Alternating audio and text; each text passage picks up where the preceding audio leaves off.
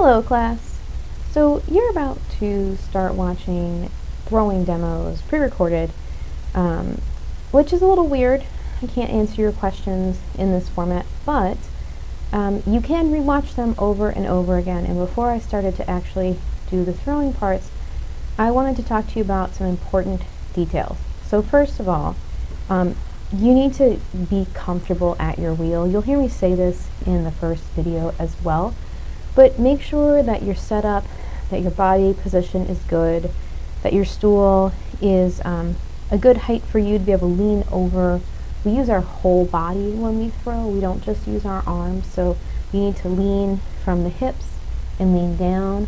Your splash pan should not be higher than your legs, so you might need to put your legs up on the rungs of the stool if they aren't, because we need to lean on our hips. We need to move and lean. So you need to be comfortable. You don't want to be leaning on the splash pan.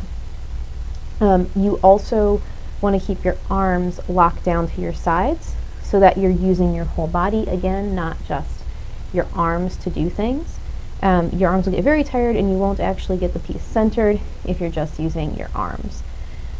So think about your body position, sit at the wheel for a little bit, get comfortable. And then you want to make sure that directionally your eyes are right over the center of the wheel where you're throwing. If I'm way back here, I can't see what I'm doing. I'm not going to throw correctly. If I'm too far forward, same thing. So get a feel for your positioning and get comfortable with that.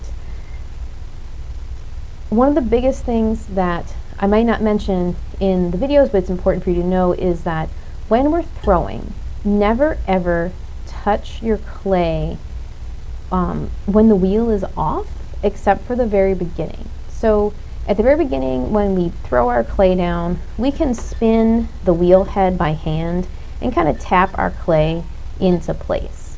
And you'll see me do that. After that point, we do not try to adjust or shape our piece when the wheel is not spinning, because all we're going to do is throw it off center. There's nothing you can do with the wheel off that is going to make your piece more perfect or more on center. The wheel spins and that keeps everything centered. So don't touch your piece when you're in the middle of throwing when the wheel is off. Obviously, when you're taking the piece off the wheel or you're altering it after, which we'll talk about, you touch the piece. But you do not need to touch your piece in the process of throwing when the wheel is off.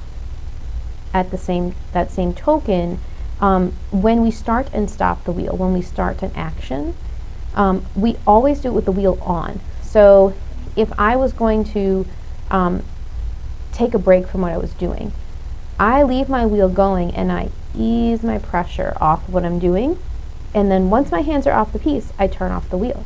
Same thing with starting again. I don't put my hands on here and then start it with the foot pedal. That will just throw my piece off. What I do is I turn the wheel on and then I ease on to the piece. I never do fast motions where I'm pulling my hands away really fast or I'm stopping with my hands on it, because all that does is pull your piece off center. The clay will follow your hand, or it will move because your hands are in the wrong spot. So easing on pressure, easing off pressure when the wheel is running, and then turning off your wheel. So it's super, super important that you do not apply pressure and then just quickly let go, or you don't have your hands on the piece when it's off.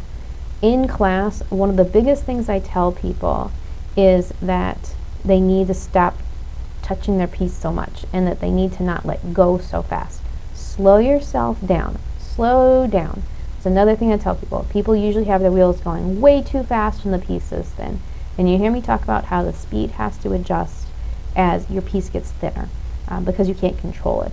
So slow down your hands, slow down your actions. Take this as a type of meditation if you want, or a type of, you could compare it to yoga, because you need to breathe through what you're doing and slow down your movements.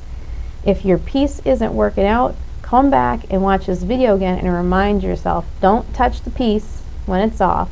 and slow yourself down. Slow down your hand movements, let go more slowly, ease off pressure, ease on pressure. Don't touch the piece when the wheel is off.